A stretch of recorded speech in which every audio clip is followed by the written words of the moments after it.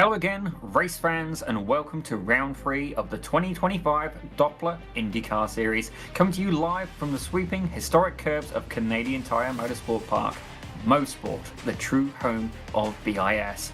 4 races, 4 different winners, and at the top of it all, it's Arjan Pagadala. The young Indian driver is leading the points after a rock-solid start to the season. But with the competition breathing down his neck, this championship fight is just getting warmed up. Amateur Radical Champion Marshall Crocker Jr. joins us for the first time this season, and Ozzy Moraine returns to shake things up, adding more variables to an already volatile mix. Today, we trade the tight corners of Long Beach for the flowing, high-speed challenge of Mosport, a track that rewards bravery, punishes hesitation, and demands everything from these drivers. This is BiS, powered by Doppler, and you're watching Pit Road Productions. Buckle in, it's time to go IndyCar racing. Ladies and gentlemen, my name is Daniel Zippy Salmon, and joining me in the commentary booth today, Reese Southpaw Racer Gardner, and at the production controls, the one and only Christian Hill. Reese, I've got to say, it's a fantastic season, but maybe tell us a little bit more about our sponsor. Yeah, absolutely, Zippy. Doppler, fantastic to have them on board for this next season of the BiS IndyCar Series. Secure your secrets with Doppler. Developers, stop storing API keys and credentials in plain text. Doppler is the ultimate secrets manager, built to keep your environment variables safe, organized, and always in sync across every team and every environment. With Doppler, you can manage secrets effortlessly, sync across local, staging, and production, eliminate ENV file chaos, and integrate seamlessly with AWS, Vercel, GitHub, and more. Join thousands of teams securing their workflows with Doppler. Start for free at Doppler.com today. Doppler, the secret ops platform developers trust. Thank you very much to Doppler for coming on board for this season of BiS IndyCar. And of course, we are here at Mosport. Let's have a look at the track map. A proper old school circuit with no runoff and no nonsense, measuring 2.459 miles with 10 flowing turns. This place is as fast as it is unforgiving. We start the lap down the long, sweeping front straight into turn 1 up at the top left there. A downhill, high commitment right-hander that separates the daring from the cautious. Then it's straight into turn 2, arguably the trickiest corner on the track. A double apex left that drops away just as you think you've nailed it.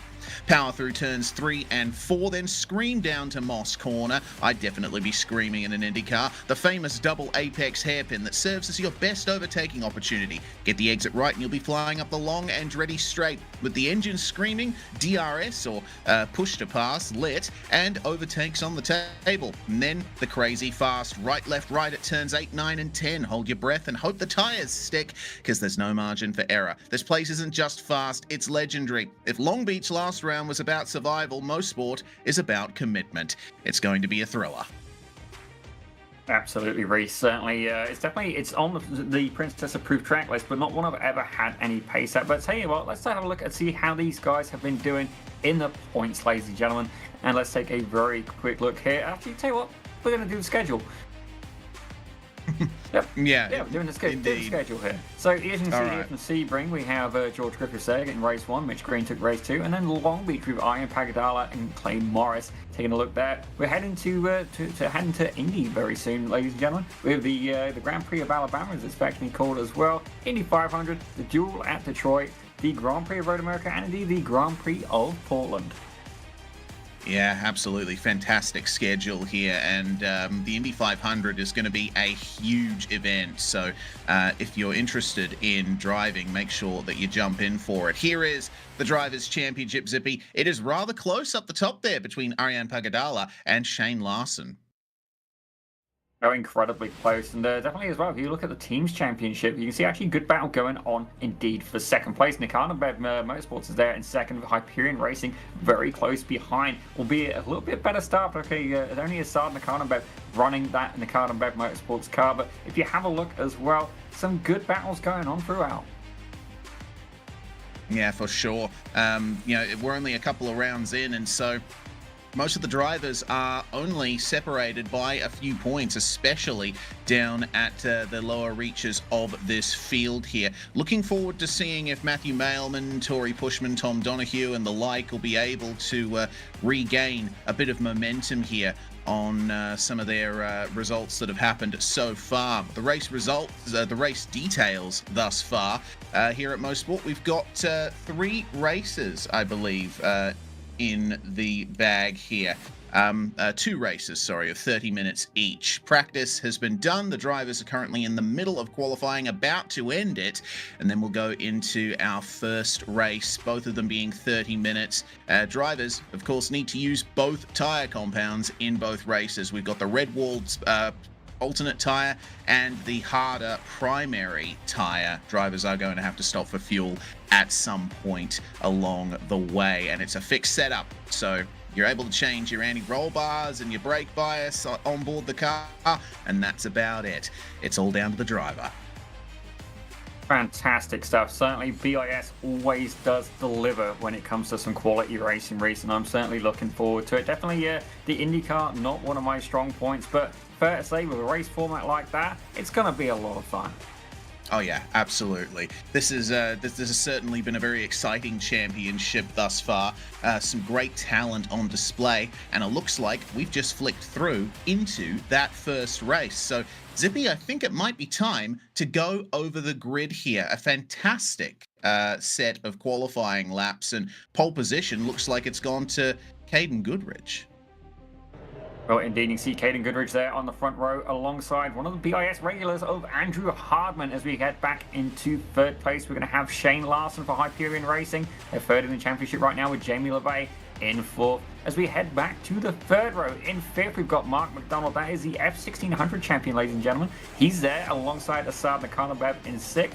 Heading back to 7th, you got championship leader Ian Pagadala alongside Radical Canada's very own Clay Morris. And then closing out the top 10 in 9th, we have Mitch Green alongside George Griffiths. In 11th place, it is Joey Haynes for AB Esports. Ben Coley is going to start alongside him on the 6th row. Marshall Crocker Jr. starting lucky 13th. Aussie Mill Wayne is going to jump into that 14th spot next to him. Then we have Mauricio Parada starting 15th alongside Tyler Scurali. Kostek Soavier, who was up the front at Sebring, unfortunately only able to manage enough for 17th. He's got a lot of work to do with Scott Bartain standing alongside him there. The top 20 being rounded out by Tom Donoghue and Eric Fenson, 2 Aussies rounding out the top 20. If we have a look at 21st, Lima Racing's very own John Benvlid with Pit Road Productions' finest, ladies and gentlemen, Mr. Richard Swindells in 22nd. As we have a look at 23rd, Christian Gritsko, hopefully going to be a little bit more calm, cool, and collected this race. He's in 23rd with Cedric O'Hyan, the Lima Racing driver, in 24th. As we have a look at 25th, your BiS admin, Michael Broomhead, is there alongside Willie Brennan for Hyperion Racing. 27th, Richard Jane is there alongside Matthew Mayman, another one of the Lima Racing team. And closing out your top 29, I guess, is Phil Nels for Mayak. Yep, Nell is rounding out our 29 cars starting this race, and we're not going to be able to use blimp shots here because, much to Michael Broomhead's frustration, the weather forecast put a bunch of mist on the track, so it's going to be foggy out there today.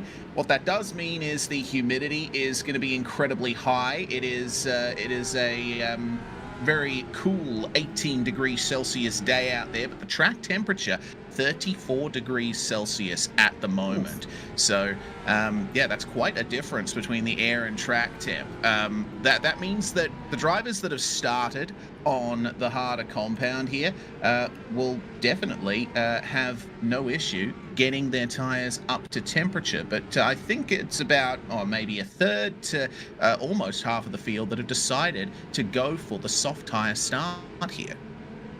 Well, I've got Richard Swindells. He's here in the booth. He's currently starting the grid in 22nd place. Richard, what's going to be your approach for this first race? Well, Zippy, my approach is to survive. I've raced many times at Mosport here, and going around that first left-hand downhill, I expect to lose a few cars, and I don't want to be one of them. Well, we are going to wish you the best of luck. Certainly make the best of what you can do there. Keep it clean, and hopefully we'll see you on the podium. A dopo, but I'm going to have fun regardless. Thanks, Zip. Ladies and gentlemen, that was Richard Swindell, certainly one of the pit road production staff as well, and definitely for an older fella, he's pretty nimble, and now that he can't hear me, I've got no guilt in saying that, but he'll watch it back anyway. Certainly some good fun there. Certainly, I've got to be honest, Reese, looking at this race, good to see Caden Goodrich up at the top. He's a real-world racing driver, ladies and gentlemen, and we did see incredible pace from him at Long Beach. Certainly made probably one of my favourite moves of the series so far. We've seen him going on the outside getting passes done, so I'm looking forward to see how he can do at this IndyCar. Probably a much more familiar track to him as well. Yeah, certainly. Here's hoping that he'll be able to convert this into a good result. With our championship leader starting a bit lower than we expected, it's certainly going to be interesting for the points standings. So let's hope that it's a clean start at least. It's a short and fast track here at Mosport, and we're getting ready for the green flag. And ladies and gentlemen, away we go. Caden Goodrich absolutely smashing that gas pedal as they head down into turn one. You can already see he's pulling away a little bit of the lead. Already got 3 temps, almost 4 temps, as these guys are going to try and get single file as quick as they can. Certainly going too wide, especially the first time around turn 2, can be very, very dangerous. Cold tyres, ladies and gentlemen, and you can already see the field actually looking very clean so far. No incidents to report. Yeah, for sure. It's a nice clean start, and Goodrich is jetting away at the front of the field. Already seeing a potential move from Assad Nakadambev. He's made contact with Jamie LeVay in Moss, and it looks like LeVay has lost his rear wing. There's a little bit of contact there, and something that the stewards might have to look at there. Assad Nakadambev a bit too deep there coming into Moss. Oh, dude, you can see that wing just flapping around at this point, and it's fair to say he is indeed compromised, that wing. I don't know if it's given him a meatball flag. I've got nothing showing up on my end in the timing screen, but you can see they're definitely at a disadvantage, and basically just a sit and duck at this point. Yeah. 1 car, 2 car, that's the end of it for LeVay at this point. He's going to be feeling that. Definitely going to be able to get that car to the pitch, but very, very unfortunate indeed.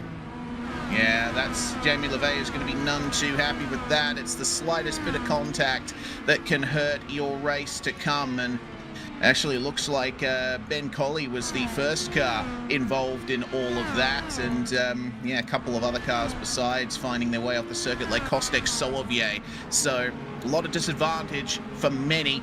But Ariane Pagadala at the front of the field is already on the push to pass as Tom Donoghue tries to break a bit further into the top 20 here. The Valve Esports driver taking a bit of a wide line there into Moss, and looks like some issues with internet for our race admin there. That's not going to fill Donoghue with much confidence. Oh, certainly, but iRacing does indeed have that system to try and check black flags as well, ladies and gentlemen, so certainly he may indeed survive. But I can tell you right now, the hard charger from what I'm seeing is actually the 00 of Mike Broomhead, up 6 positions so far.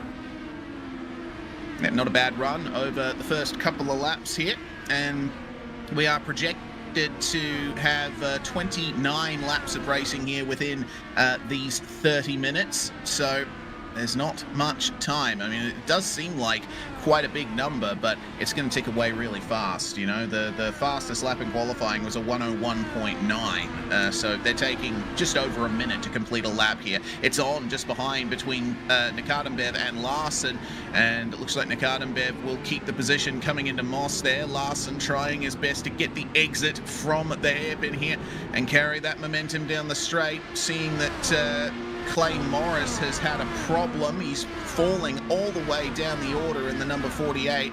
I don't know if there's damage for him or not, but it's on for the lead. Andrew Hardman versus Caden Goodrich side by side coming into these final couple of corners. Woohoo! All right, we are already starting to see some great battling up the front here. Clobbering that curve is Hardman, but he's having a red hot go of it.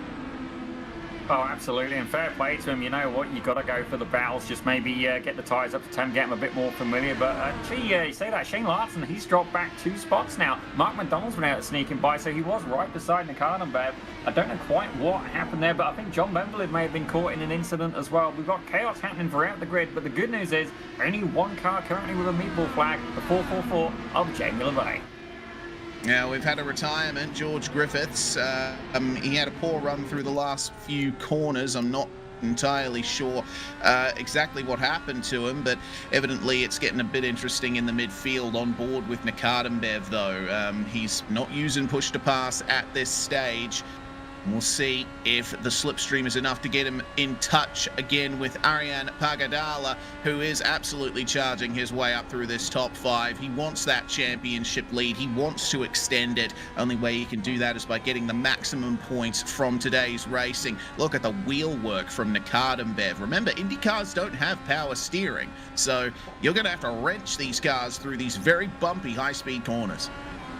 Well, fair play to the kid. I mean, he's used to driving a go-kart. There's definitely no power steering in that, but fair to say the wheels and indeed the whole car is indeed a lot bigger. But you know what? If I was Pagadala, I think I would be trying to stay in third, get the podium, get the points, just low risk, high reward. That's how you win championships, ladies and gentlemen. Don't get me wrong, we all love a win. We all love being on the top step of the podium, albeit if it is a little bit more fleeting for some of us more than others. But certainly, you know what, being on the top step of the podium, even especially as well, keep in mind we've got invert grid and stuff like that as well. You've got to keep that in mind. You could go for a move, it may pay off, but if it doesn't, you could find yourself catapulting out through the grid. Yeah, indeed, the top 15 will be inverted for race 2, and you know what? Currently, it looks like Michael Broomhead is in the box seat for that pole position as we have Tyler Scaralli and Marshall Crocker Jr. having problems. That's a huge problem there for Tyler Scaralli. Massive crash in the final sector. And that will be the end of his first race there. Parada, meanwhile, finds himself in 10th thanks to that, just fighting his way past Marshall Crocker Jr., but Scott Bartain is right there. And Bartain, very experienced in Indy cars in the Australian scene. And let's see what he can do to try and break his way in.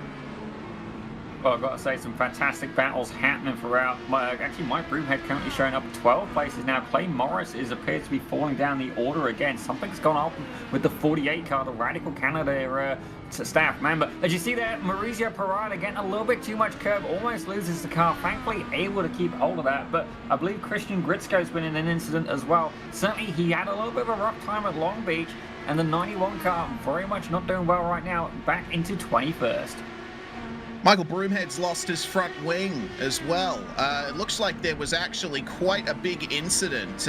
Christian Gritsko at the corner before Moss, 2 corners before Moss, had a big slide, and that unfortunately collected Broomhead. So we're going to see here Gritsko as he's trekking on behind Bartain and co, but he comes through the right-hander here and just loses the rear on the way in. Broomhead clobbers him, and then that results in Clay Morris going off the track. That's why we saw him falling down the order.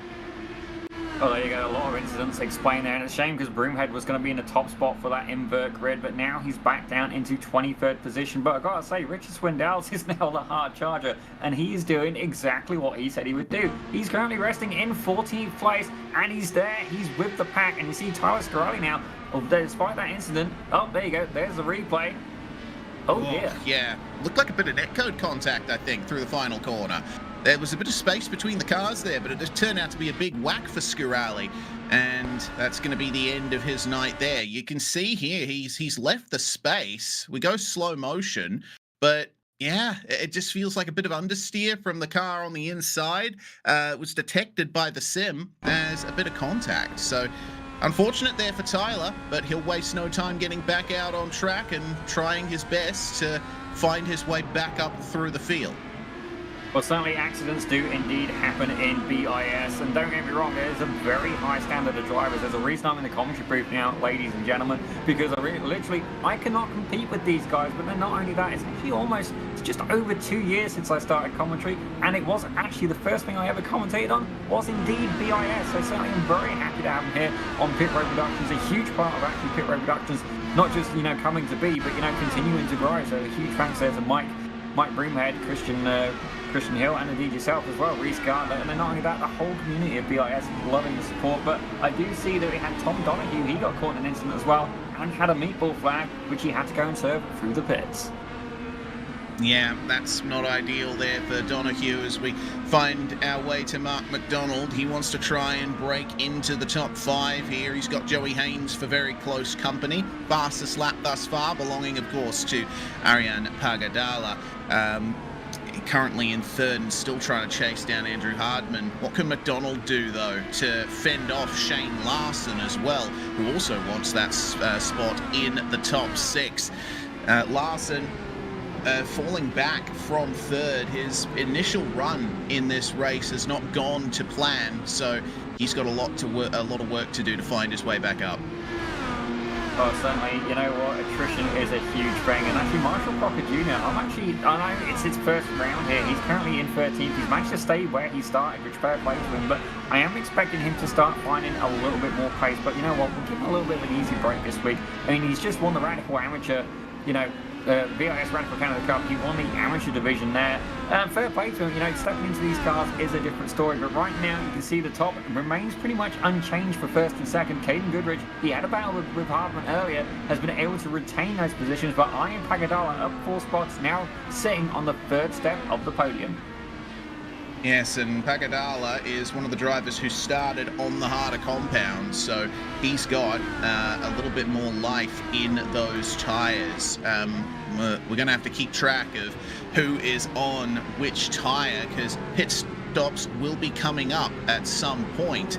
I'm sure that the soft tyre runners will be starting to run out of rubber, so to speak. This is a very high-load circuit with a very rough surface that's pretty tough on the tyres. Certainly, it's definitely tough on the tyres if I'm driving it, and I think that's more for overdriving the car. Certainly, the IndyCar, not something I've been able to master, but right now the closest battle on screen is indeed, it's up at the front, and not only that, we have a good one actually going back about 6th place, 6th, 7th, and 8th, all in contention. It's Shane Larson, Mitch Green, and Mark McDonald. These guys 3 abreast, fighting hard, trying to find their way up through the podium. But you got to wonder as well, if they keep fighting, they are going to drop back even further to the number 6 of Joey Haynes. So you got to wonder, are these guys going to work together, or are they going to start fighting with each other? Well, they've already had a bit of a fight themselves. McDonald falling from 6th to 8th on the last lap. Larson got him at Moss, and Green got past him on the Mario Andretti straightaway. And now Mitch is dialing up the aggression here. It's hard tyres versus soft tyres. It looks like Larson is having some issues keeping the temperature under control for those soft tyres that he started on. Those red-walled alternates starting to fall off the wagon, so to speak. And Mitch Green is going to waste no time trying to get by him here coming into the final couple of corners. He's going to have to go the outside here on the push to pass, though. He's got that extra power in hand, but he can't carry the speed into the corner. Actually looked like he got a little bit of understeer maybe there, Reese. I'm not quite sure. Don't get me wrong, the tyres may indeed be a little bit crispy on the car ahead, but they still have plenty of grip. So certainly as well, he's going to have to weigh up the pros and cons. But again, how hard does he want to fight? If he sits behind, he knows that the guy's going to pit. He's on the softer compound. It's only going to go so far. But however, if he doesn't pit, if he stays out, it's going to be absolutely detrimental to his long-term strategy. Yeah, that's the projection you have to make. It's you don't truly know what the driver in front of you is going to do. He can rest assured that Larson is probably going to have to pit a bit earlier than him, but if he keeps getting exits like that from Moss, then Mitch Green might decide, you know what, I'm just going to go for track position. I'm going to get my way ahead of him. Then he can pit, and he can lose some time getting his new hard tyres up to temperature while I've got the softs to come. Absolutely fantastic stuff. And look, he's going to go and give it another go. No, decided against it this time. So this is where you can really do it with teammate. I think Mark McDonald's kind of, he's settled in there as well, not broken. There you go. And that's exactly what Mitch Green was looking for. That's Larson out the way now. Is that going to be beneficial for him? The car ahead, Joey Haynes, is indeed in range. Can he get a draft off and help slingshot himself further up through the order? Well, Joey Haynes pitted ahead of Shane Larson there, so both of those guys are in the pits getting their hard tyres fitted. Ozzie Milwane, Scott Bartane also in the pits, and Milwane will be away then on the hard tyres to the end. They're going to have to take some pain here for the next couple of laps, because IndyCars obviously don't use tyre warmers, so those tyres are going to be stone cold on their way out. We're hearing that there's been a crash somewhere. as it looks like Asad Nikardambev has found his way into the pits. Nikardambev, of course, was running 4th at the time. He's now class 20th after it looks like potentially a solo error. Yeah, he caught the grass on the exit of the corner. And, it looks like as he hit the curb, the start of the curb actually struck the nose of his car. Yeah, that seemed to be a bit of ground clearance or lack of, and I've got to say, that's a 5.9 on the gymnastics as Tyler Scaralli's once again got caught. It's the same corner. That's a replay earlier. Yeah. That was the exact same replay that we saw earlier. I think Christian was trying to go on board there with Nikardambev, and okay, so maybe it wasn't the curb, maybe it was the direction change that got him. It definitely wasn't a planned move, I can go for that. Yeah, certainly not. Well, Asad Nikardambev will be spending some time getting the toe done there, and he's obviously going to be getting on those softs to the end of the race. Scott Bartain, meanwhile, finds himself on the harder compound, and he's been looking rather quick, has Scott. As I mentioned, he does love his Indy cars. He's also the safety car driver for the Premier Endurance League down here in Australia. So he's certainly quite involved, and we have potential for a good result from him here. See what kind of pace he can get off those hard tyres. Hold on, as in like a real-life safety car driver? No. Sim racing safety car driver. Well, that's cool nonetheless. I'm yet to see a series with an actual safety car in it. That would definitely be a lot of fun. Has been suggested before, just very hard to administer, I think. You know, you really got to want to do it, but certainly fair play to him there. But right now, he is very much in the battle, and look behind him, ladies and gentlemen, it's the number 6 of Joey Haynes. Yes, indeed. It looks like Larson has been able to find his way ahead of Joey Haynes, and it looks like those tyres are more or less up to temperature at the moment. Remember what we said about the track temperature. It still remains at 34 degrees Celsius, and that's right in warm territory. That means, you know, yeah, you're going to be taking some pain on the cold tyres, but it'll heat up pretty quickly thanks to that high temperature. And Larson already looking to find a way past Cedric O'Hyan. Now, has O'Hyan found his way into the pits yet? He is not. He's actually the last running of the cars that haven't pitted yet, which explains why he's so far up the field. Just lets him go coming into the final couple of corners, and I think we might expect Cedric to find his way into the pits right now. No, I thought for a second he was going for the pit in line here. It's often misleading coming into that last corner whether or not a driver is defending or going for the pits. As we say pits, I think Tom Donahue may be taking another visit. I've got a free warning flag for him there of red, and he is now driving slowly. So something's definitely happened with the number 94. It looks like turn 2. He actually, no, it's more than that. He had a terrible final sector. He actually spun coming out of the final corner there and then ran wide at turn 2. He's been struggling for stability in that number 94 machine. That was incredibly close there. I have a feeling he's had a little bit of a spin, got the tyres a little bit overheated. Give him a little bit more heat when he's turned it around. I have a feeling it's just kind of snowballed for him. Certainly a little bit of bad luck there. As you can see there, people just flying by him, but, you know, understandably so. That's actually Richard Swindell. I recognise the paint as well, but a little bit unfortunate. But fair to say, not the race he was looking for the first one of the night. And Donahue and Bartain in the Valve Esports cars, they've been facing their issues this round, and you know, being the Aussie in the booth, I certainly hope that they get a good result from this one. But oh my God! Whoa! Jeez! That's okay.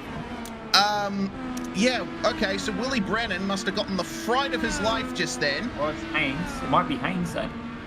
Yeah, I think it. Yeah, it was. It was Joey Haynes. Good Lord, I've never seen a car go up like that at turn 2 before.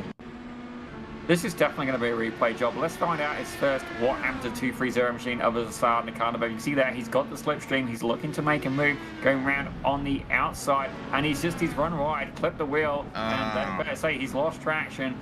And I gotta say, doing some fantastic acrobatics today is the Nikardambev Motorsports machine. That is terrible for Nakata Bev. You know, after running in the top 4, this is not the result from race 1 that he would have wanted. He'll be having the red mist descend over him coming into race 2. He's actually out of his chair now, so I think he's decided to get up, have a walk around, and decompress before the next race. Meanwhile, Mitch Green and Mark McDonald at the front of the field. There's only 6 cars that have not taken to the pits yet.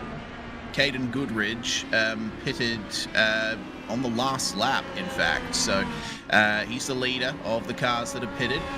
Both Green and McDonald deciding, yes, it is time for us to stay out for at least one more lap. Those hard tyres can certainly take it. But we have a good response from a lot of the drivers who started up the front here. See what the ultimate trade-off is through turn 3 here. And it looks like the next car to come into the lane is Mauricio Parada. And there's a very, very quick pit stops that we're seeing here. They do have to take a splash of fuel in order to get to the end, and the pit stop will only take about 8 seconds or so with the tyre change. As we say that, speaking of quick, Eric Fenson has just set the fastest lap. He's currently running in P9 in that 76 car, and has just gone and set a 102.311. So quick, actually quickest by quite a good margin, actually. That is incredible pace. Yeah, that is great pace. So he is hoping he can carry that as Green and McDonald will find their way into the lane. Joey Haynes, after his massive airborne incident, has gotten repairs done, and he's going to get back out there in the number 6 as these guys pull into their boxes. And there are a lot of cars stuck in pit lane at the moment. Many drivers have had a very rough night thus far. I just see a couple of the mechanics just standing there shooting the breeze, and this is going to be interesting. McDonald and Green are going to be side by side, almost out of the pits, and it looks like McDonald just able to slingshot past. Oh no! Oh no! On pit exit. Yeah, I've never seen that happen before.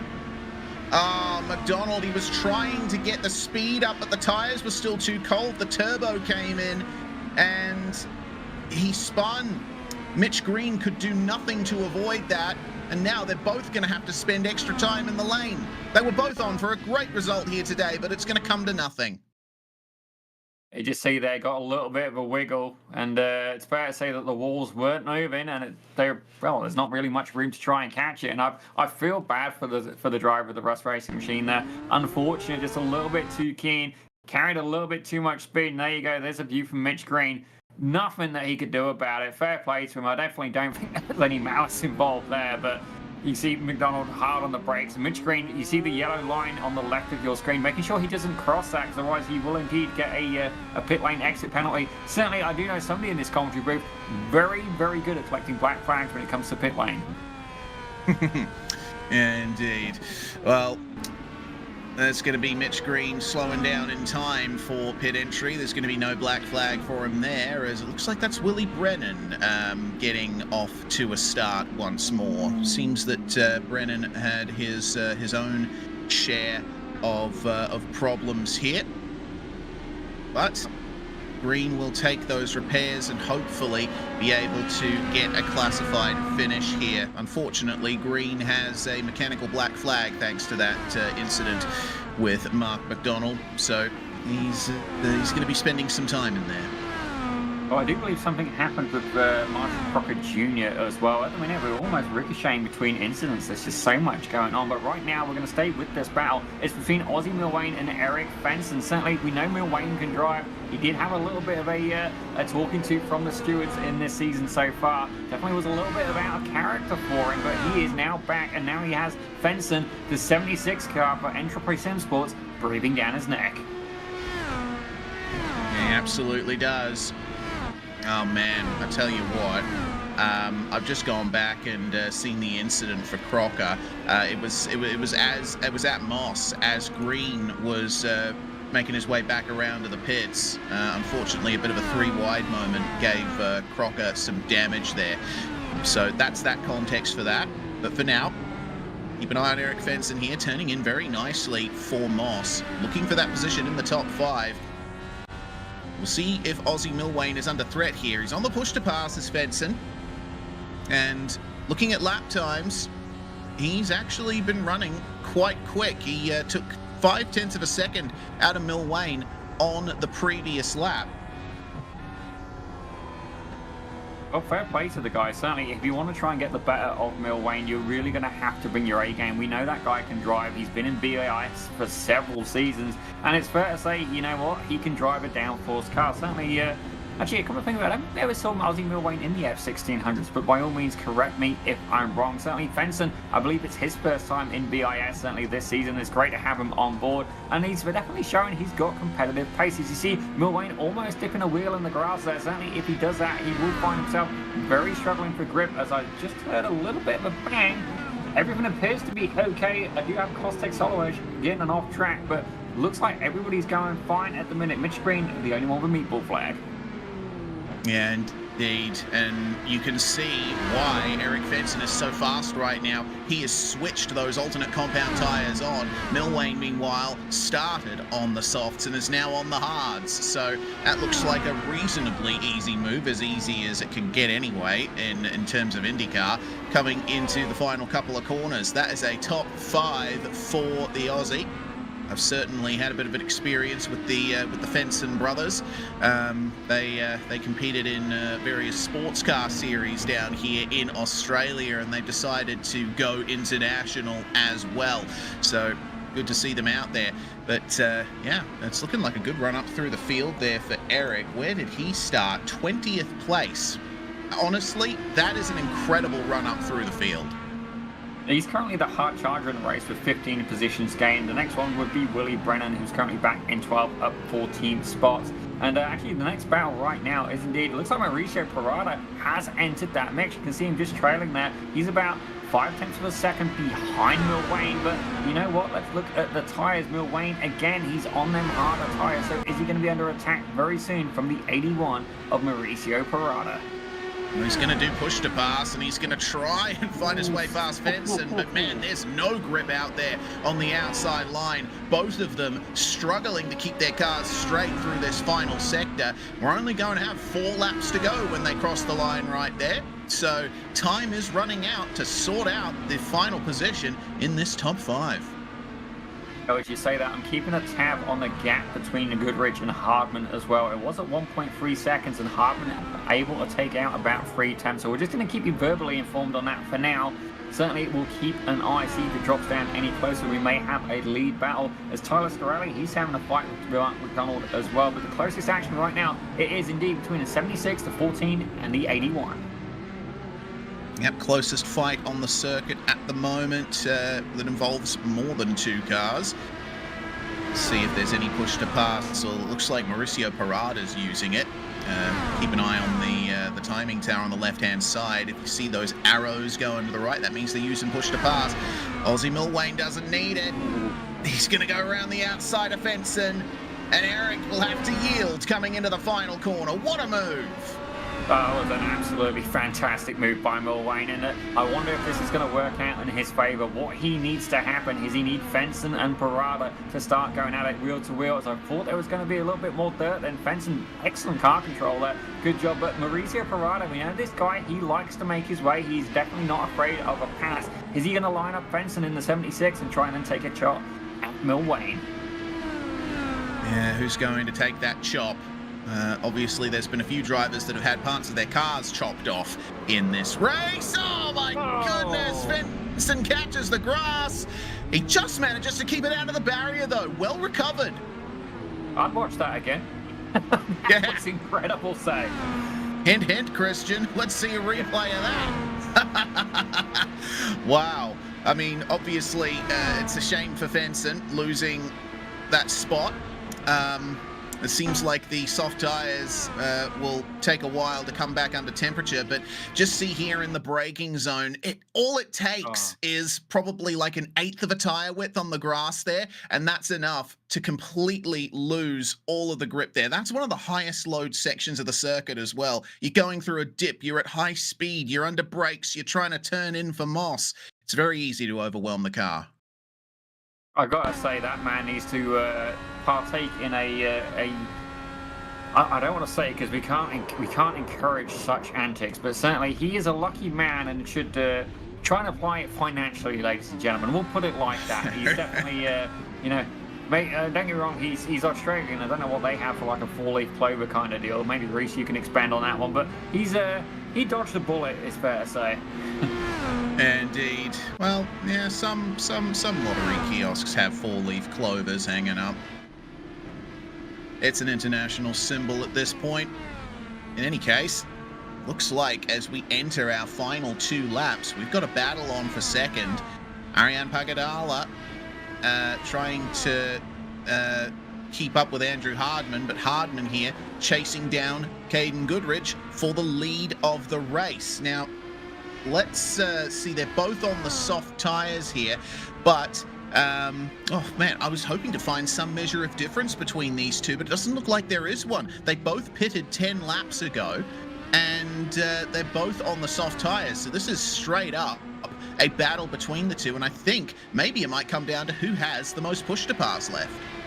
Well, that could indeed be a factor, as we certainly see the battle is there's still a little bit left to go. We've got about 2 laps, and I've got to wonder, Caden Goodrich has been absolutely on it today. He's been able to keep a nice clean race, stay out of the thick of it. Certainly, and not only that, Ian Pagadala as well. He's up 4 spots. They've not been able to, they've not really had a threat from him at this point. So can Caden Goodrich keep it together? Certainly him and Hardman, they started going at it earlier on as they enter the final lap. White flag out, pressure is on for our pole sitter, Caden Goodrich.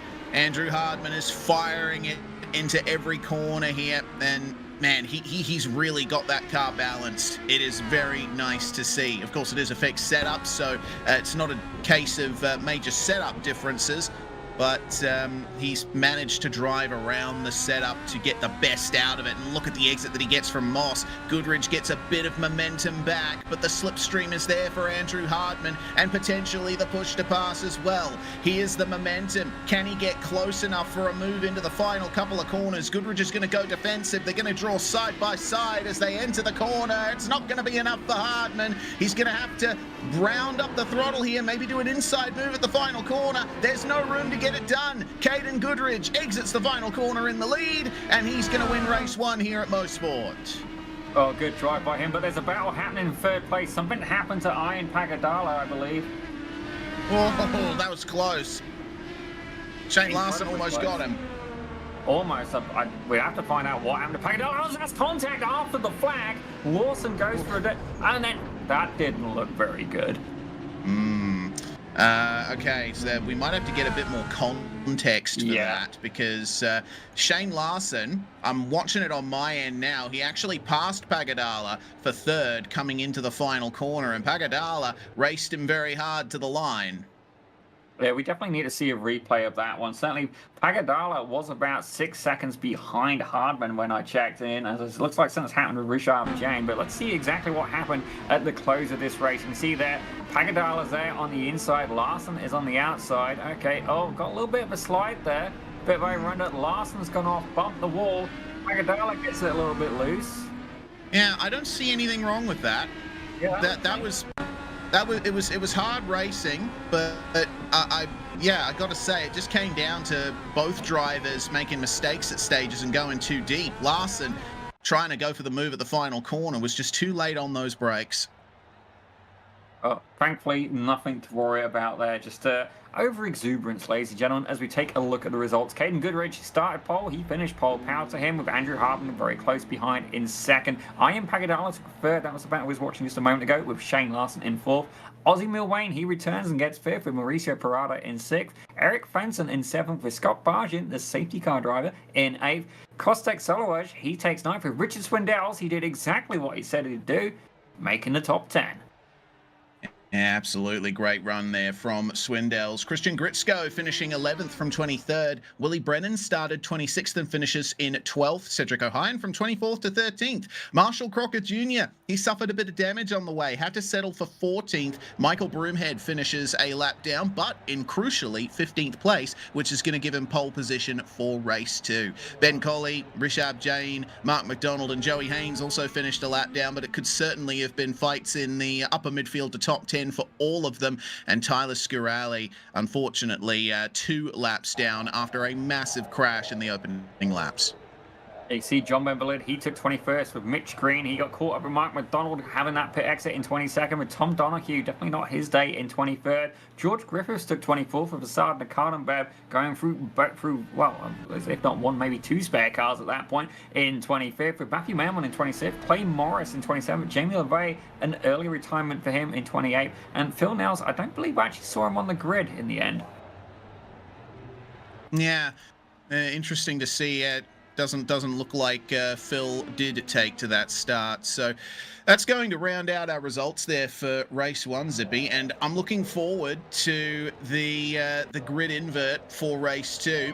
Caden Goodridge taking that emphatic win in race 1. He's going to be starting all the way back in 15th position for race 2. We're also going to be having Marshall Crocker Jr. on the front row for the start of the second race here. Maybe with less cars ahead of him, he'll have less issues getting around the circuit there. Well, certainly it is indeed challenging to get used to a new car in the sim, especially at the level of competition we have here at BIS. But you know what? We should give a quick shout out to our sponsor again, Doppler. Here's a quick look at some of the material that they do.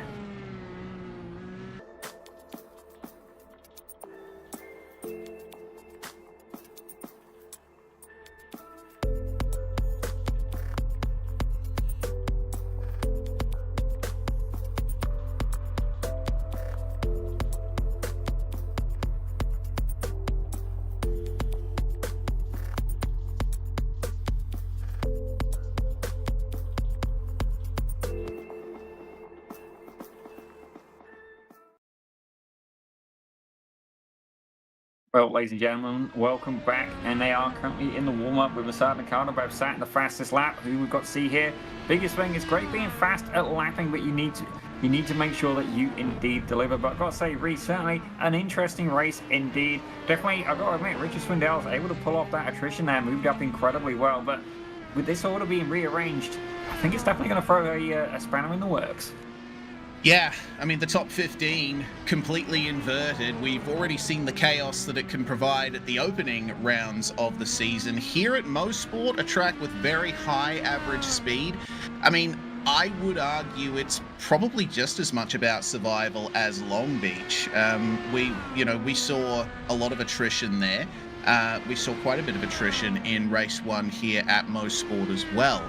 So if you're starting back down in the field after finishing high up in race 1, I think take care on those opening laps. It's a short run to turn 1, but very fast, and it's very easy to go 3 wide there. So drivers starting in around about the 10th place area, I'd say Fenson, Bartain, Sauvier as well. He has potential for a great result here after not qualifying the best for race 1. Just take care. Don't smash your way through the opening corners. That is indeed the thing with open wheels. There is no bodywork really to protect you, and certainly the missing part of the front wing or indeed a rear wing can be detrimental. Even if you manage to get away from the steward's meatball flag, it will have a huge effect on your performance. But again, as well, you've got to think about tyre strategy. Remember, drivers have to use both compounds of tyres, so you've got to plan that out well. But certainly anybody who fails to adhere to that will indeed find severe penalties from the race control stewards. Oh yeah, absolutely. I mean, it's hard coded into the servers here. Multiple tire compounds. You have to use the both of them, otherwise the virtual stewards will certainly slap you with a big old DQ. It looks like the checkered flag is out, and it should be just about time to go through the grid for the second race here. And what a grid it's going to be. We had 28 of our 29 cars taking part in race 1, and now here in race 2, it is pole position for Michael Broomhead. Well, fair play to him. He's there on the top step with Marshall Crocker Jr. Now we know he can get away pretty clean in a Radical. Can he do it in a BiS Indycar? He's in second. Cedric O'Hyan for Lima Racing. He's in third with Willie Brennan alongside him for Hyperion Racing in fourth. As we have a look at fifth, Christian Gritzko's there alongside Pit Road Productions' very own Richard Swindell's with a hat, ladies and gentlemen. As we have a look back at seventh, Kostek Solowaj is there alongside Scott Bargin. And as we close out the top 10 in ninth, we have the one, the only, Mr. Eric Fenson alongside Mauricio Parada. Yeah, very interesting top 10 there. Aussie Milwayne going to start 11th spot alongside Shane Larson. Ariane Pagadala going to start lucky 13th. See how much luck that brings our championship leader, with Andrew Hardman in 14th. 15th place being Caden Goodridge, thanks to winning race 1. Ben Colley's going to start alongside him on the 8th row. Rishabh Jain is going to start in 17th spot, with Mark McDonald in 18th, and Mark will be hoping for a better result from race 2 this time. Same for Joey Haynes and Tyler Scarali, who round out our top 20. As we have a look at 21st, we've got one of the Lima Racing guys over John Bemblett there with Mitch Green. Certainly a little bit unfortunate for him. He's there in 22nd. As we have a look at 23rd, Tom Donoghue, another Australian driver. Reese, where did you get all these guys from? He's there alongside George Griffiths in 24th. As we have a look at 25th, it's Lassard Nicardo alongside Matthew Mailman. Certainly Nicardo definitely needs to keep his head down this race if he wants to score some points, with Clay Morris, Radical Canada's very own, in 27th, and Jamie LeBay in 28th. Yep, Phil Neller's still classified in the server, but he is not on the grid. So we shall see how the start goes for all these guys waiting on the grid behind the BMW M2 safety car. And looks like that's the grid time over, and we can pull away. Things look a little bit clearer here at Mosport in race 2. We're coming up to 3 p.m. in sim time, and the track temperature has actually gone down a little. It's down to 31 degrees Celsius. So that means that the tyres will take a bit less time to get up to temperature, but it's still no 20-something degrees where often the best grip is found. It's still, it's pretty freaking toasty, Reese. That's the best way I'm going to describe it. Certainly, I'm a little bit of a princess in terms of not just my track selection, but in terms of how warm I like to be. Let's say 22, 23 at a push, and if not, a nice balmy 18 will do me plenty. So certainly, 31 degrees is a little bit warm for my liking, but fair play these guys. When you're going about 180 mile an hour in an open cockpit car, I'm pretty sure you're going to have a pleasant breeze. As we see Michael Broomhead having some more connection issues. Certainly, definitely not favourable conditions for the guys around him. Yeah, not ideal. Hopefully that sorts itself out by the time we get up to speed. I have noted when I've competed in leagues in the past, I may have had connection issues during the warm-up lap, but once we've gotten up to speed, I've managed to find some stability out of nowhere. So hopefully the same is true for our 00 up at the front. But once again, that top 15 invert putting some of our best drivers smack dab in the midfield, and there's great potential here for big incidents. I recall the Radical Cup Canada event here just a couple of months ago, in fact. So we saw some fantastic drivers in that series get involved in a huge pile-up in the first corner. Well, IndyCar, obviously, a bit more fragile, and they'll be wanting to avoid that. But not only that, the Radical is indeed built in Peterborough, UK, so the superior choice, ladies and gentlemen. It was a very biased opinion, but I've got to say, certainly these guys are having a little bit of fun, getting warmed up currently, but I do believe that the 94 of Tom Donoghue, I don't believe he took to the grid for race 2. Yeah, seems like he's done for the day. So we will have 27 cars taking to the start of this one. The pace car pulling into the pits, and now it's all down to Michael Broomhead to lead us away here for the call of the green flag. And we're away for race 2 at Mosport. Clean start from Broomhead already. Cedric O'Hyan trying to get up. Willie Brennan's inside, and oh dear, Brennan's found the wall. Can he keep it off the racetrack? He's not in control of that car right now. Hold your brakes, hold your brakes. Well, he manages to avoid getting into anybody, but that is a massive crash there for Willie Brennan after starting in 4th. Goodness me, that's terrible. He's lost his front left as well. Looks like reasonably clean runnings for the rest of the field though, but as we come down to Moss, this is where some of the drama tends to happen. Bit of a defence there from Christian Gritsko. He finds the space. Cesar Nicardenbev alongside him there, powering out of the legendary Moss corner onto the Mario Andretti straightaway. A long freight train of cars steaming its way to the final turns. Well, something definitely happened to Christian Gritzko and Clay Morris in that opening lap. I'm not quite sure what we'll see in just a few short minutes, but Mike Broomhead currently out on the pole. He's about half a second ahead of the field, incredibly close together. Actually, it looks like Shane Larson is going side by side with Mauricio Parada. Certainly, these guys have indeed met before on the track, so we're going to see how that emerges for them. But I do wonder what indeed did happen to those two drivers, as Mauricio Parada is absolutely catapulted. Oh, There's been no! a huge accident at the exit of turn 1. And Ariane Pagadala is in the pits. Something massive has happened just then. I can tell you for context, Gritzko ran deep at turn 3 on lap 1. That's why he lost positions. But a massive crash indeed there for our drivers. Oh, Mauricio Parada is crabbing hard. We're definitely going to have to see a replay of that race as you see Caden Goodrich making his way round Andrew Harvin. Certainly these guys have already had a good bit of battling already, and it looks like actually that's Joey Haynes now right up behind Goodrich. Certainly Haynes having that very unusual incident in the first race. Let's find out exactly what happened. So we've got 4 cars going in, and there's a little bit of contact there, bouncing. Oh, yeah. Okay, 1, so... 2, 3, 4. Oh, dear. Yeah, so Aussie Milwane made contact with Mauricio Parada there, and as Parada spun, Pagadala clipped him.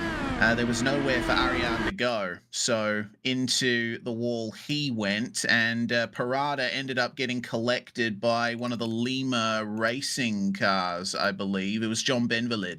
So, yeah, far from ideal for those 3 drivers. This is a massive, massive problem for drivers who, you could argue, deserve spots in the top 10. But certainly a little bit unfortunate. I did see a couple of cars actually who had already gone by where they were missing a bit of front wing. There is somebody further up the field who is indeed missing the left front part of the wing, but Mauricio Parada is going to be suffering after that incident. I have to try and find out who's missing the wing, but currently right now, actually the hard charger is Jamie LeVay, up 11 spots, currently resting in P16.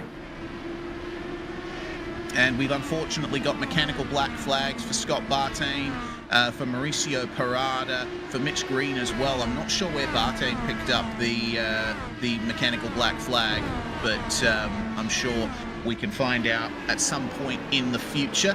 For now, focusing on the Crocker family racing machine of Marshall. Let's see what he can do to find his way past Michael Broomhead. Michael is looking rather quick at the moment, 102.9, but the fastest lap actually going to Shane Larson at 102.2. That is insane pace for the very start of one of these races. Absolutely, certainly some good stuff happening there, and we should indeed see him get quicker if the track temp continues to fall a little bit. It looks like Aussie Milwane's now trying to make another pass, this time against Kostek Soloway, and he's successfully done it. And is that a bit of wing missing? Is it on Aussie Milwane? Maybe we're missing a bit of wing. Sorry, Soloway on... Okay, now just checking. Kostek Soloway, I felt sure I saw something missing a bit of wing, but everything appears to be okay so far. Yeah, Soloway there is... looking good at the moment for a solid top 6 by the end of the race if he keeps going this way. But don't forget, Aussie Milwane was the one who made that contact with Mauricio Parada in turn 1, so he might have a little bit of damage to his car that we can't necessarily see. We'll have to wait for further confirmation of that through his pace, through how he manages to hold on to it. Well, certainly we're going to see throughout the race how that's going to work out for him, as Mitch Green has successfully cleared his black flag. That's some good news for him, but it looks like Caden Goodrich is now going up against Eric Fenson. Now, we've seen Fenson had good pace, and it looks like Goodrich has got it done, at least for now. We're going to find out. Yep, there you go. Fenson tucks right back in. These guys, go Goodrich and Hansen, both on the harder tyres, ladies and gentlemen, so there's definitely no difference between them in terms of compound, but how's it going to work out throughout the rest of the race? Certainly, Goodrich did a fantastic job to secure that P1, not just in qualifying, but able to hold on to it throughout race 1. Can he try and make his way back up to the podium for race 2? Yeah, this is the question. Both of them are going to be going long here on this first stint. They'd have to. There's no opportunity for an early pit onto the softs here. I don't know why you would do that. It just doesn't work out around this track. further up ahead of these guys, Shane Larson and Cedric O'Hyan were battling a bit, and it looks like Larson has been able to defend his podium position. That is a clobber of the curb there from Eric Fenson, and well, it's certainly hurt his pace a little bit. Richard Swindell's looking at a position in the top 4 here. Now he's going to go alongside Cedric O'Hyan. Is he brave enough to go around the outside of the final corners? He certainly is, and he keeps it on track and puts himself ahead of O'Hyan as well. Attaboy. Well, I've been keeping an eye on Richard as well. He was up in P4. Actually, O'Hyan was in P3. Jay Larson got 2 for the price and 1 that lap, so he's definitely getting things done. But now Will Wayne's looking to make a charge. He's taking Cedric O'Hyan on the inside, and Richard Swindell's bless him. He's going to be the next one on the chopping block. Both of these guys on the softer compounder tyres. Can Swindell's hold on? Certainly, we are yet to see him get a podium here at BiS, and if he did, I apologise, I don't remember, but certainly he would be absolutely over the moon. His ego would indeed require a double door in a healthy amount, ladies and gentlemen, if he can make his way up onto the podium. Yeah, it was a quiet rise from 22nd to 10th for Richard Swindell's. We'll see what he can do to hold on to that. Milwayne is looking rather pacey and on push to pass to boot. So many drivers using push to pass right now. Swindell's deciding to save it for a later occasion. Milwayne sweeps around the outside into the final corners, side by side behind. Solivier and O'Hyan sort themselves out, but only just. There was almost contact between the two of them. This is a solid pack here. It goes all the way back to Andrew Hardman in 11th. Well, I've got to wonder as well, if Swindell's to stay under the rear wing, I do believe in the IndyCars, correct me if I'm wrong, but certainly the draft is indeed beneficial. I don't think the dirty air makes it worse on the tyres. I think it actually benefit with the draft. And I have a feeling, you know what, if he can stay under the rear wing of Ozzy Milwayne, he could benefit and try and pull him away from the 64 of Crosstoke Soloway. Yeah, for sure. You know, there's obviously a bit of dirty air to consider because so many of these corners are fast, but from what I've seen, they've actually been able to hold on to those tight gaps through those corners. So IndyCar gonna IndyCar in that respect. They're a lot better at following. Goodridge getting past O'Hyan there on the push to pass. That was a solid run out of Moss, and Goodridge continues his slog forward in this field. Not much to be said about other positions for now. We are in the race rhythm, and I don't know, is that an issue there for is that a lapped car? I think that might be a lapped car that they've just found their way past. Yeah, missing wing, that's John Benberlid, who's still trying to recover from his involvement in the incident with Mauricio Parada and company. I believe there may have been another one with Richard Jane. I've just seen a warning for him on lap 6. Maybe we'll take a quick look at the replay in just a minute. Something's gone on with that Lima racing car for sure, but right now, Caden Goodridge absolutely trying to charge up through the field. Yeah, behind him, Eric Fenson in a little bit of a pack of sardines here. He's got O'Hyan up ahead of him and Joey Haynes behind. And we know how quick Fenson was in race 1. He's all pushed to pass. I don't know if he's going to be able to get it done here. Actually, it looks like he might be able to as they come over the rise. He is just clear of Cedric O'Hyan. It's so difficult to judge your moves into that final sequence. It's such a fast entry. You've got to have so much confidence in the front of your car that it's going to stick and give you the pace that you need around the outside there.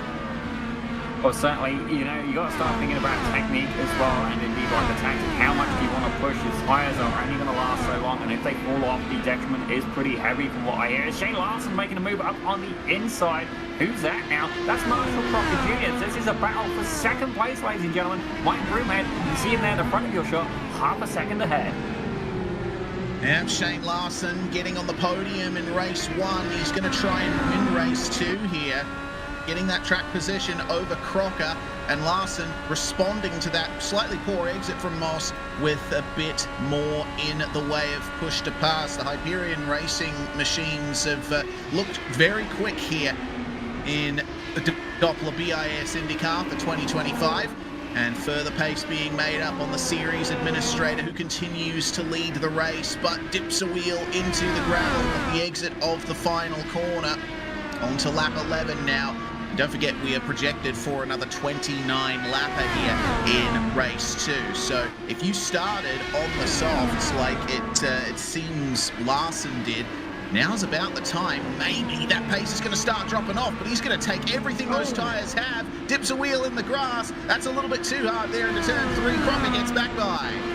Well, I do know Marshall Crocker Sr. will be absolutely cheering that move. Now the question is, can Junior hold on? He's right under the wing of Mike Broomhead, just 2.5 tenths in the gap. And you can see there as well, he is going to push, but I do have an update. I did see that Andrew Hardman picked up a meatball flag. He's already cleared it, but something happened with the number 3 car, who's now back in 19th place. But we're going to continue actually with the lead battle. Mike Jr., that's a scary thought. Mike Broomhead versus Marshall Crocker Jr. going at it as they're bringing lap 11 to a close. Yeah, and it looks like Larson has decided it's time to go for the lane. Broomhead has started on those softer tyres as well, so I think he might be wanting to pit himself. He's been taking a lot out of those alternate compounds, but now Mr. Larson into the lane, and we'll switch to the hards. So see what kind of pace he can hold on to from that, whether or not there's any kind of undercut to be had. I wouldn't expect the undercut is going to happen because you got to account for the warm-up period of the tyres. Here's what happened to Ben Valid meanwhile, and oh my god, yeah, that's Rishabh Jain, I think, going for a spin up ahead of him. They both got involved with each other, debris flying, and stuck on the outside of the final corner. Jain was not moving, and Ben Valid couldn't get going very quickly himself. Well, as we head our way back to live pictures, Crocker and Broomhead coming together. Oh, this is Hardman. Oh, yeah, but, oh, goodness me. Yeah, Andrew Hardman with his own issue, but Marshall Crocker Jr. has just been involved in a massive incident. Absolutely massive. Looks like Broomhead and Crocker, they tried to exchange the lead there, but there was contact, and then Marshall spinning as he tried to get back on the circuit. Things got even worse. Oh no! Who got clobbered? So ultimately, Cedric O'Hyan was coming in at full speed, and Crocker potentially with an unsafe re-entry on his hands here. Oh man, that's such a shame. I think that half of that might have been netcode contact. Crocker tries desperately to get going, and then in comes Cedric O'Hyan. Boom. Yeah, as much as I like Crocker Jr., you haven't really got a leg to stand on with a rejoin like that. And don't get me wrong, I get he was keen. Let's have a look at it from Mike Broomhead's point of view. Let's see if he stayed tight to that apex. You see there, Crocker Jr. coming in very slowly. Mike Broomhead, he's there. Netcode, you just see it on the left-hand side. Yeah, unfortunate for sure, certainly. But then the real kicker was that rejoin. Like, there was no coming back from that, and even at that point, that is pretty serious suspension damage in the right rear corner of that car. It's just a shame. Like, O'Hyan, nowhere he could go. He tried to bail out to the left, but at that point, it was just too late. Yeah, that's such a shame. Well, a good drive comes to a not great end there for Marshall Crocker Jr. Oh. And in the midst of all of that, looks like, issue for Swindell. So he's coming into the pits. He's got a mechanical black flag, actually. So the charge forward there for Richard is going to come to an end as well. And man, that is a very sorry-looking car that Swindells has under him at the moment on board with McDonald. We're going to see how these guys work out with their so far 3 positions. For Swindells, looks like it was a solo error. He just clipped the grass on the exit of the final corner and spun into the pit wall. Well, you did say it was a sorry-looking car, and having a Pit Road Productions livery, I can certainly understand that. It definitely is not known to bring good luck, but right now, Mark McDonald, he's doing a lot better this race, currently resting in P6. He's got George Griffiths ahead of him. These guys have definitely battled before, and, James LeBate is in that on that mix as well. But right now, the highest-ranked driver who has pit is the number 31 of Shane Larson, currently in 11th place. Yeah, and about 20 seconds behind our current race leader, Caden Goodridge, who has not pitted yet. Now, a pit stop around here probably will cost you about maybe about 26 seconds from start to end of the pit lane. So I get the feeling that we're going to see Shane Larson take the lead here when Goodridge finally pits. Got to remember that Goodridge, though, along with everyone in the top 10 right now yet to come in, is going to be switching to the alternate compound tyres. So they're going to be fast in the late stages. For now, Mark McDonald's still trying to find his way past George Griffiths, the number 25, holding on well. Oh, I did just get a message from Richard Swindells. I can't read it out on there, but it's fair to say he admitted he made a little bit of a whoops there, so commiserations to him, but definitely taking it in his stride. Yeah, fair play to him. It was looking like he might actually get a podium there, but I'll tell you what, let's drag him in very quickly to see if he's still in there. Richard, definitely not the race that you were looking for, but fair play to you. He was looking at a chance at the podium for a little while. Hey, Zippy. How are you hanging in there, buddy? Tell us a little bit about what happened. Well, I was all excited, Zip. I didn't think I'd hold on to top 4 position for that long against these fast guys, and everything was going great. I was going to come in for the pits. I thought, no, I can hold them off for one more lap, and, well, woulda, coulda, shoulda.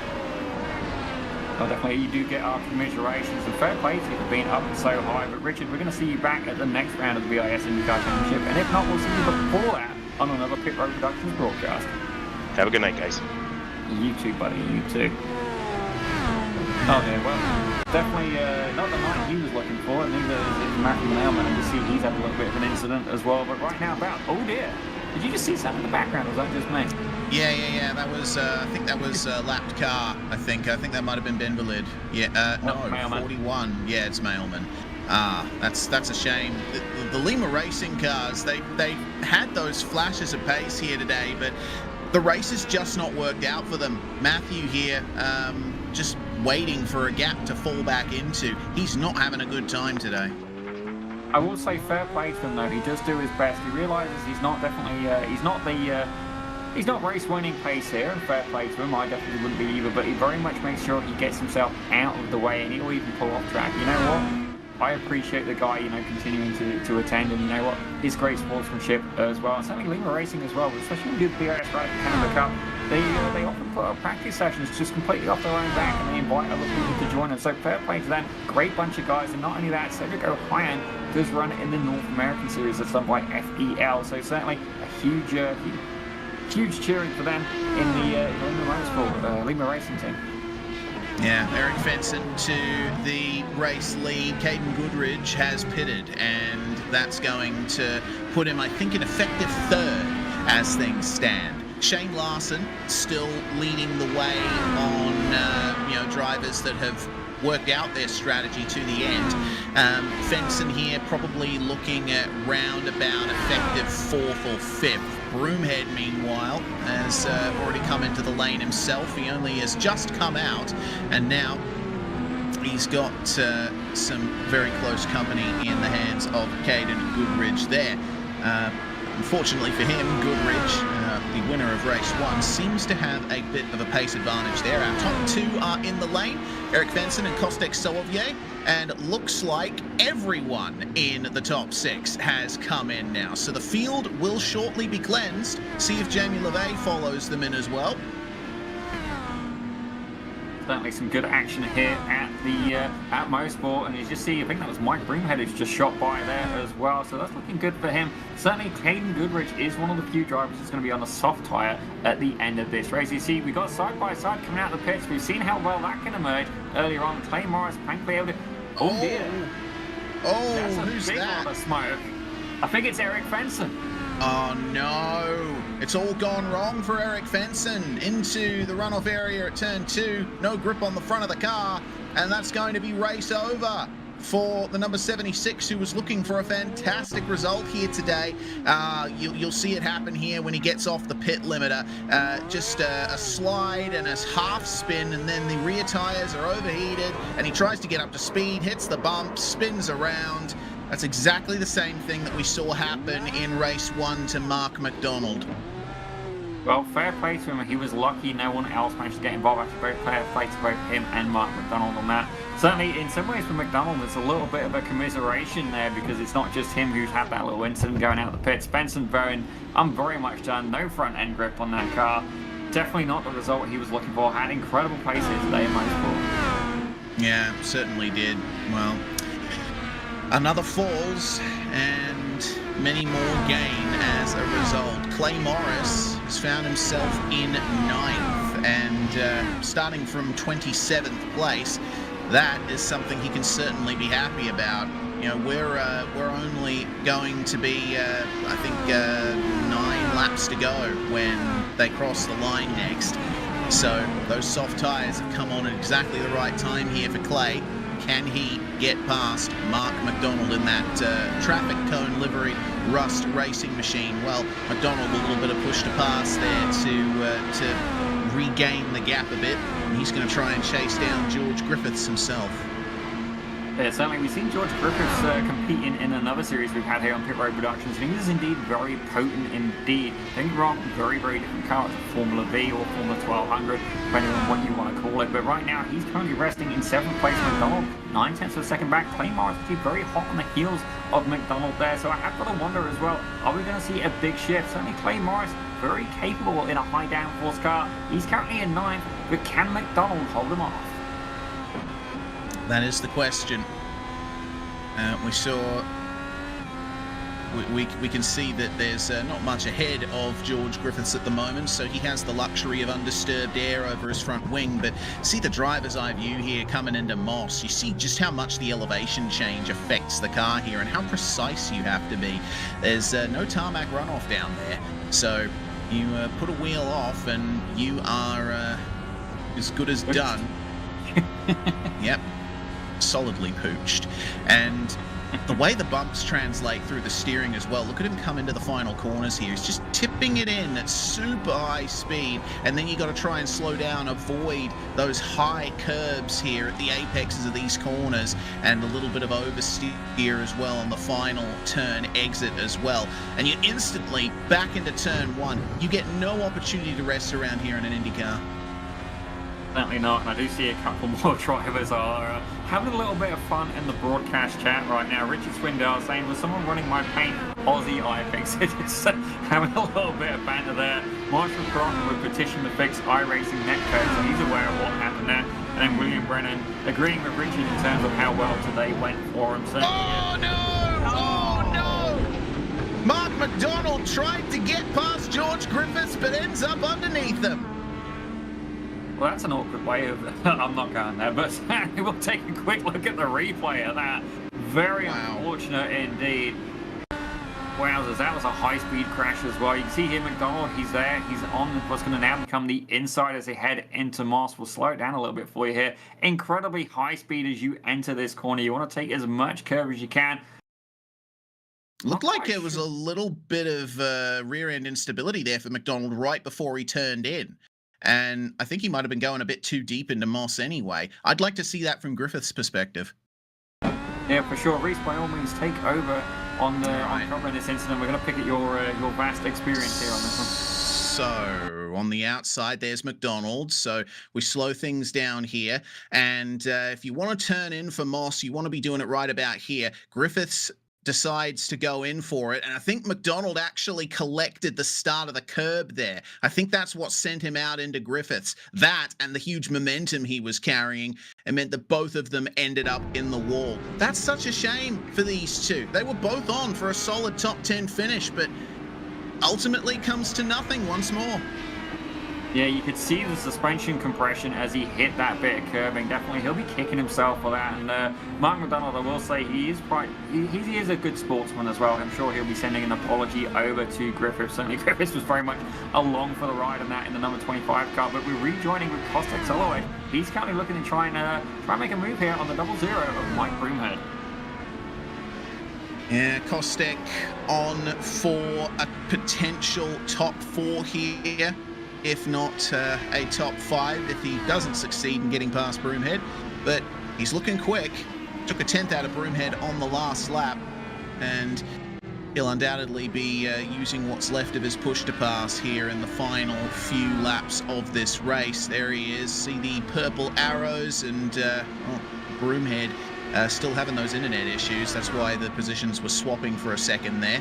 And for now, we see a potential move, not quite into the final couple of corners. You need a bit more momentum than that. This is going to be tough here for Kostek.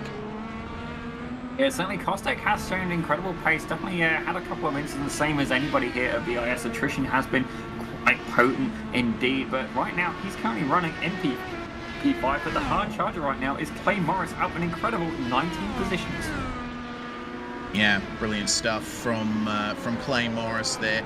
I've also just seen an incident for Caden Goodridge in the closing corners on the previous lap. It looks like he was trying to get around Aussie Milwain and go for second spot, but didn't quite work out for him. Here it is. So Goodridge carrying the momentum. Again, the outside line, but a little bit of contact right there sends him off into the grass. Fortunately, he kept it out of the wall. I think that's the best recovery I've seen anyone do from an incident in the last few corners at this circuit. But looks like Goodridge may have lost the chance to fight for second there. But I'll tell you what, getting a race-worn win and certainly being able to bring it home in the top 10. Actually, he's still on the podium. He's in P3. So you know what? That is nothing to shake a stick at. It's going to work out very well for him with the championship points. But right now, the closest battle on track is actually between Joey Haynes and Clay Morris, fighting it over for P6. Yeah, Joey Haynes has had his fair share of problems here. Remember, we saw him with all four wheels off the ground in race one with his contact with Willie Brennan, I believe. It's amazing to see that Joey has found his way back up into a solid points-paying position in race two here. Keeping an eye on Sauvier and Broomhead, and both of them on push to pass. In fact, everyone from second to seventh using the extra power down the Mario Andretti straightaway. Is this going to be enough for Kostek? Remember, Broomhead is on the harder tyres, so he's got a bit less pace to hold on to than Sauvier has right now. Some interesting trash talk going on in the broadcast chat. I'm not going to get into it, but it's amusing me, so thank you very much there for putting that in there. But certainly Eric Fenton showing a little bit of remorse there about his pit exit, but right now Mike Broomhead able to hold on despite that shaky internet. He's managing to keep it in check. Kostek Solowaj, I do feel for him. It's definitely a little bit scary when you're trying to make those kind of moves, but even then, we have another battle happening as well. P10, Andrew Harmon and Christian Briscoe, they're going at it. Assad and Carlbeck, they're going at it as well, with him and Mark McDonald for P14. Yeah, those are your battles in the final stages of this race, and McDonald recovering, of course, from an unfortunate incident with George Griffiths down at Moss. Seems to have the pace over Assad Nakatembev. Has put on another set of those soft tyres, and they're nice and fresh with plenty of pace left to run. Clay Morris, meanwhile, still attempting to catch up to Joey Haynes. It's another case of soft tyres versus hards here in the second stint, as we get 2 laps to go for these two here. What can Morris do?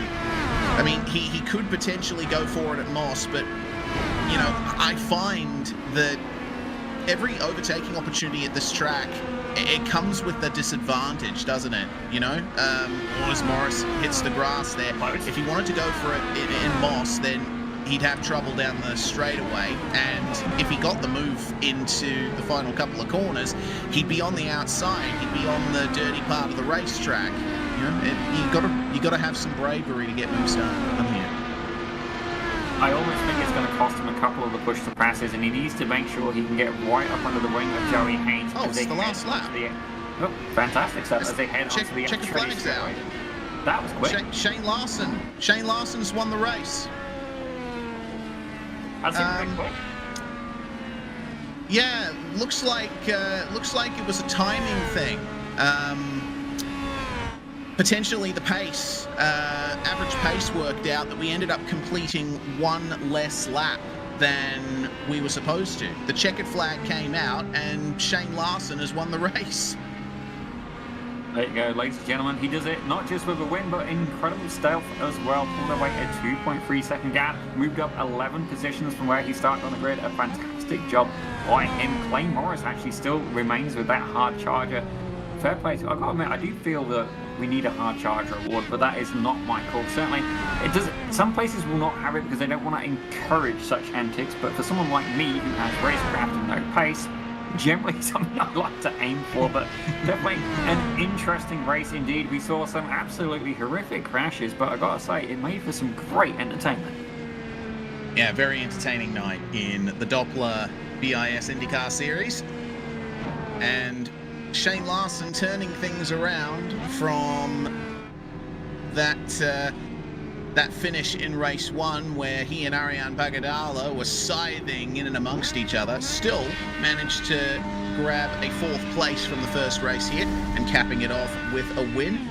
He'll certainly be happy with that points haul. Pagadala, on the other hand, a podium in race 1 and down to 23rd in the end after his unfortunate crash in the opening stages. We may well see a change for the championship lead from that.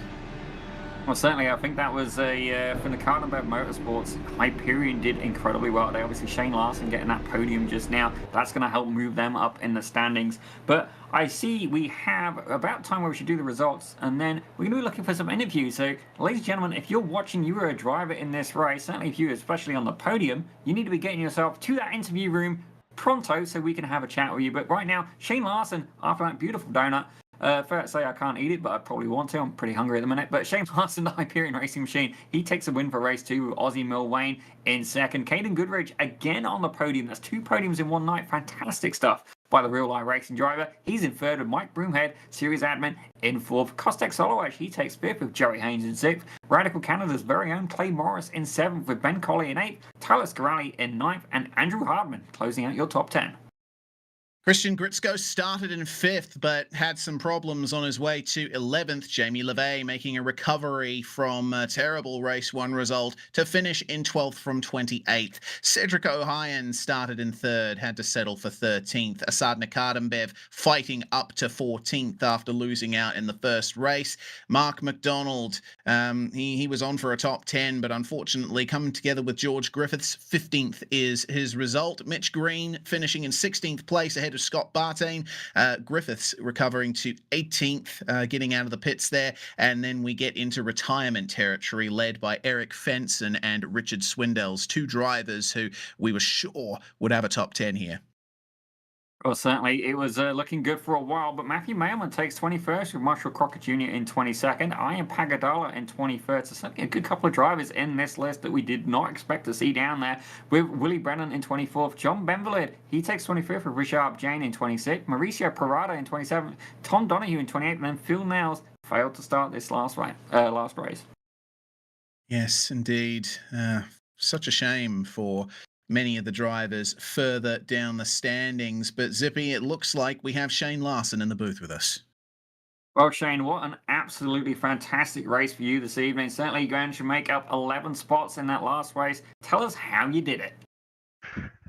Yeah, the strategy just worked out for race 2. I knew it was deep in the field, and I knew strategy was close between blacks and reds, and so decided to hop on the reds, try and pass as many people as I could, use everything I had in the tank. Things fell my way. I got up towards the front, and then got up to 3rd, and the top 2 were fighting. So I'm like, hey, forget this. I'm gonna go pit, and it just worked out. Well, it certainly did work out. Certainly, Mosport, a beautiful track, but can indeed be quite challenging to make a pass. But from what my comrade, Mr. Reese Gardner, tells me, he's pretty handy with the numbers. And right now, he is suggesting that you indeed have the championship lead. Hey, that's some good news. That's what we like to hear. Hopefully that can stay like that the rest of the season. Well, we are certainly going to wish you the best of luck in doing so. But Shane, is there anybody you'd like to shout out? As always, gotta thank the team, gotta thank the guys. Hyperion Racing, everyone does amazing work. We're definitely gonna get some more participation coming, hopefully, for the league. And yeah, no, doing good, enjoying the racing with them. And again, would like to thank anyone who's watching who I invited to come watch. Yeah, Well, fair play to you there, Shane. And certainly, you know what, while the IndyCar, the BiS Indycar does indeed, well, actually the Doppler BiS Indycar Championship does indeed run for the summer, we also have the BIS Radical Canada Cup in the winter and indeed the BIS F1600 Championship as well. We're going to have to see you in more of those events. But ladies and gentlemen, your Race 2 winner, the 31 car of Shane Larson. Thanks again, guys. Great stuff from Shane Larson there. And as we leave it to Zippy to decide who to jump in next, it looks like Ozzy Milwane is going to be with us here. Well, Ozzy, pretty good night for you, all things considered. You were right in the thick of a lot of the action there. Turns out Mosport is a difficult track. Yeah, it's kind of my my home track, but yeah, I do like the track, and yeah, I had a bad starting position in qualifying there, so I wasn't too happy with that, but I kind of somewhat stayed clear of the major wrecks. I had a bit of damage in the first race there, which made me lose some pace, but yeah, I'm happy with a fifth and a second for sure. As you should be. And, you know, we're really getting into the meat of the season. We're going to be going to Barber Motorsports Park for the next round of the championship. What are you expecting from that round? I know from past experience, the corners come thick and fast, and it's very difficult to get moves done. Yeah, I know it's definitely a hilly track, a lot of blind corners and stuff like that, but I do have a lot of laps under my belt at that track. I think I won there in the last season of the IndyCar BIS. So hoping to have the same result. I'm going to put a little bit more practice in for that race, and yeah, hope for a good result there. I gotta climb back in the championship. Indeed. Well, still got plenty of time to do that, Ozzy. Is there anyone you want to thank before we let you go? Yeah, just Joey, my teammate there. He had a tough first race there, but he came back in the second race. So good job to him tonight. And my dad for watching. All right, fantastic stuff from Ozzy Milwane, who finds himself with a fifth and a second here today. And looks like Zippy, the last driver we're going to be having a chat to here, is Caden Goodridge. Hi. That's a happy man right there, ladies and gentlemen. He's like, yep, I'm here, everybody. A first and a third, and indeed starting pole for the first race as well. Tell me, Caden, what did you have for breakfast this morning? Because obviously it was of champions. Coffee and toast. I don't know. Pretty simple. Well, certainly, whatever it is, it worked. Maybe there's some special sugar in the coffee. Indeed, certainly something definitely worked out for him. Fair play to you. But Caden, I take it, obviously, I know you run it in real life as well. Tell us, is this a track you've run in real life? Tell us how you managed to pull off a first and a third. Yeah. So this is a track I've ran a couple times in real life now. It's probably one of the tracks I've driven the most, like sim and real life included. I'd say, especially for a track like this, driving it in real life really gives you like a lot of little insights and little optimizations because you just feel the elevation change more, and it's such a big thing in this circuit, right? So definitely, I'd say this is probably my strongest circuit of the season. So I'm glad I could capitalize on that. Yeah. Yeah, I'd 100% agree with that. You very much cashed in tonight. Fair play, a first and a third. That's a lot of respect to you for doing that. But Caden, before we let you go, is there anybody you'd like to shout out this evening?